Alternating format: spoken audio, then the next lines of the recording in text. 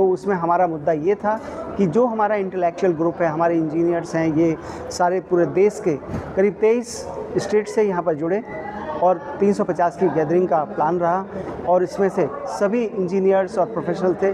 तो ये इनकी भूमिका बनती है कि जो भी समाज के प्रति जितनी भी इनको प्रोग्रेस या जो इंक्लूसिव ग्रोथ का सरकार का आइडिया है, तो हम किस तरीके से इंक्लूसिव ग्रोथ के तौर पर समाज के प्रति और सरकार को किस तरीके से अप्रोच किया जाए ताकि समाज का भला हो सके। समस्याएं हैं और हम समस्याओं का समाधान चाहते हैं। तो हमारा मकसद यही रहा है कि हम किसी तरीके से लोगों को प्लानिंग, क्या सरकार की प्लानिंग एंड पॉलिसीज़ हैं, क्या फ्रेमवर्क है और क्या इम्प्लीमेंटेशन स्टेटस है और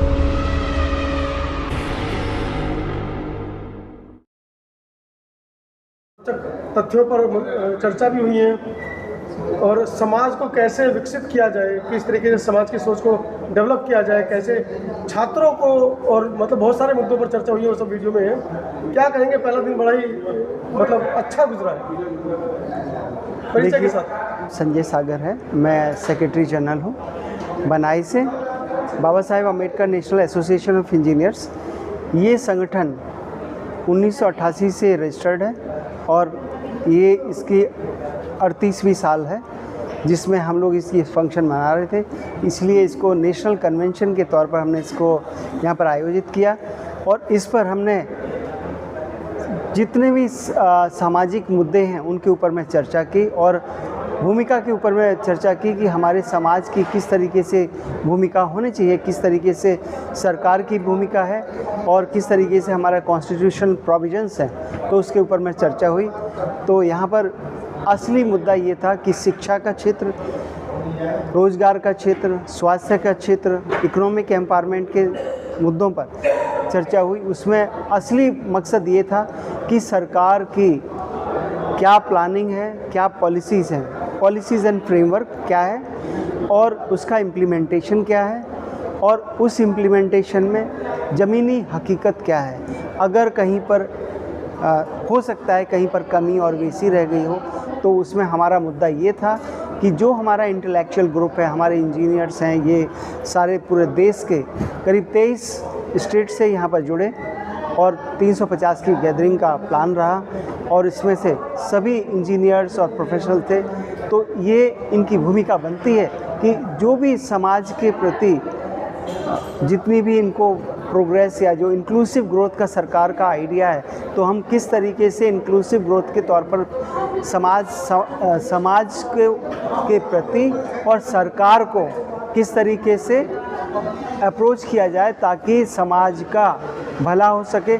समस्याएं हैं और हम समस्याओं का समाधान चाहते हैं। तो हमारा मकसद यही रहा है कि हम किसी तरीके से लोगों को प्लानिंग, क्या सरकार की प्लानिंग एंड पॉलिसीज़ हैं, क्या फ्रेमवर्क है और क्या इम्प्लीमेंटेशन स्टेटस है और उसके तौर पर हमारी भूमिका क्या हो सकती है, इसी पर हमारी चर्चा रही। और उस चर्चा के विषय में जो डेटा आया, उस डेटा को हम लोगों ने वहाँ पर प्रेजेंट किया। डाटा बड़ा चौंकाने वाला है कि किस तरीके से पिछले कई दशकों से इस दलित शोषित पिछड़े वर्ग का जो हक है उसकी हकमारी की जा रही है। इसमें जो चौंकाने वाला डेटा नहीं, ये यहाँ पर जो चर्चा हुई सरकार का ही डेटा है। UDC, unified district information system for education. On this information we had a data for 6 years, 2018-19 से लेकर 2019-20 से 2001 से इसमें जो डेटा 2018-19, 19-20, 20-21, 21-22, 22-23 और 23-24 और 24-25 का जो डेटा पिछले हफ्ते से लेकर 15 दिन में जो अभी मीडिया में आया, तो हमने उसको भी कंपैरिजन किया। हमने कहा किस तरीके से स्कूलों की, सरकारी स्कूलों की क्या संख्या है और किस तरीके से हमारे टीचर्स की क्या संख्या है और कितना एनरोलमेंट हो रहा है, उसकी वस्तुस्थिति के ऊपर में चर्चा रही। और हमारी जो मुख्य मुद्दे में जो चर्चा का विषय पैदा हुआ वो ये हुआ कि अगर पॉपुलेशन बढ़ रही है तो हमें सरकार से अप्रोच करना चाहिए कि हमारे बच्चों के शिक्षा और सुविधाओं के लिए ज़्यादा से ज़्यादा और अच्छे स्कूल पैदा किए जाएं और स्कूल को स्थापित किया जाए ताकि उनको शिक्षा के अवसर मिल सकें। हमारा यही मकसद रहा है। चर्चा के कुछ सुखद पहलू भी रहे। सुखद पहलू यही है, डेटाबेस इंफॉर्मेशन रही। सुखद पहलू में आज का जो सबसे बड़ा अच्छा रहा, यहाँ के हमारे chairperson committee for SC/ST welfare of SC/ST mister Faggan Singh Kulaste ji ने यहाँ पर अटेंड किया और उसमें उन्होंने कई मुद्दों पर बेबाकी से जवाब दिया और उन्होंने आश्वासन दिया कि वो हमेशा समाज के साथ हैं और अगर समस्याएं हैं तो समाधान के लिए वो सरकार से वो हमारा एक माध्यम बनेंगे और हम ये चाहते हैं इस माध्यम के तहत हम सरकार को अप्रोच करें और इन समस्याओं का समाधान हो।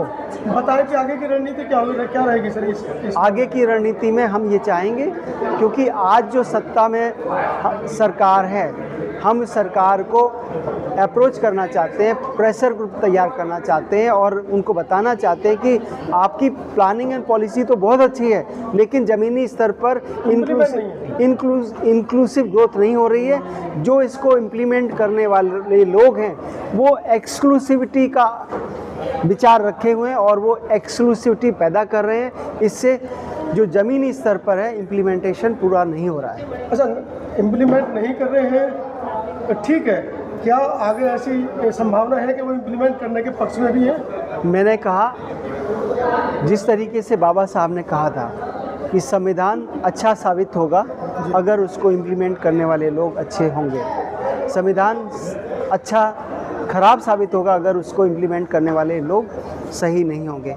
आज की डेट में सरकार की पॉलिसीज़ जो हैं उसको इम्प्लीमेंट करने वाले लोग अगर अच्छे हैं तो वहाँ पर हमने देखा है कई पॉलिसीज़ में अच्छा इम्प्लीमेंटेशन है, लेकिन कई जगह पर, ज़्यादातर जगह पर कुछ एक पुरानी सोच के लोग हैं जो दूसरे लोगों को मौका नहीं दे रहे हैं, तो इससे व्यवस्था परिवर्तन में दिक्कत आ रही है और एक इंक्लूसिव ग्रोथ का जो सरकार का आइडिया है वो इम्प्लीमेंट नहीं हो पा रहा है। ऐसे में खास वर्ग विशेष के बच्चे कहीं ना कहीं मूल धारा में मिलने से या मूल धारा में आगे आने से रह जाएंगे, उनके लिए क्या आप अपील करना चाहेंगे, कहना चाहेंगे उनसे? देखिए, बिल्कुल जिस तरीके से हमने आपको UDC का डेटा बताया कि जो बच्चे 3 से 17 साल तक के बच्चों की संख्या 37 करोड़ 83 लाख थी, एनरोलमेंट मात्र 26 करोड़ 03 लैक्स हुआ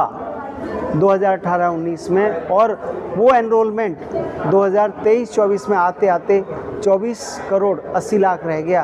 तो अगर पॉपुलेशन बढ़ रही है और एनरोलमेंट कम हो रहा है तो मुझे लगता है सरकार को राइट टू एजुकेशन और नेशनल एजुकेशन पॉलिसी के बीच में आकलन करना चाहिए। जो अच्छे प्रावधान हैं उनको इम्प्लीमेंट करना चाहिए, रिव्यू करना चाहिए, ताकि ज़्यादा से ज़्यादा अगर पॉपुलेशन बढ़ रही है और एनरोलमेंट कम हो रहा है तो सरकार को इसके ऊपर में पुनर्विचार की कोशिश करनी चाहिए ताकि ज़मीनी स्तर पर सुधार आए।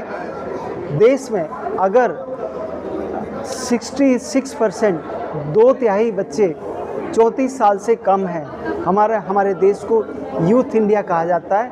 अगर हम यूथ को अगर कैपिटलाइज़ किया जाए, इनको अच्छी ट्रेनिंग दी जाए, अच्छी शिक्षा दी जाए, तो हम क्यों ना इनको कैपिटलाइज़ करके विदेशों में भेज के इनसे रेवेन्यू अर्न कर सकते हैं जैसे बाकी देश भी कर रहे हैं। तो हमें इस पर भी काम करने की कोशिश करें। मीडिया का धन्यवाद। हाँ, तो मैं आपका 100% अंतानी जी, आपके मीडिया चैनल की तरफ से जो इस तरीके की कवरेज की गई, आज यहाँ पर करीब आज जो करीब यहाँ पर 30 चैनल्स थे, इन्होंने करीब पूरे वक्त सुबह से लेकर शाम तक की कवरेज की। मैं मीडिया को एक तरफ से उनका बहुत ही धन्यवाद देना चाहता हूँ मीडिया को, और चाहता हूँ कि कल का भी प्रोग्राम हो वो उसमें भी शिरकत फरमाएं। और हम चाहेंगे वो मीडिया आज माउथ पीस है, जो जितनी तरीके से ये सूचना अगर वो हमारे से लेते हैं और अगर समाज में प्रसारित होती है तो एक अच्छा मैसेज जाता है और सरकार को भी मैसेज जाता है कि किस तरीके से इस उनकी खुद की पॉलिसी में अगर कोई सुधार की गुंजाइश है तो वो खुद कर सकें।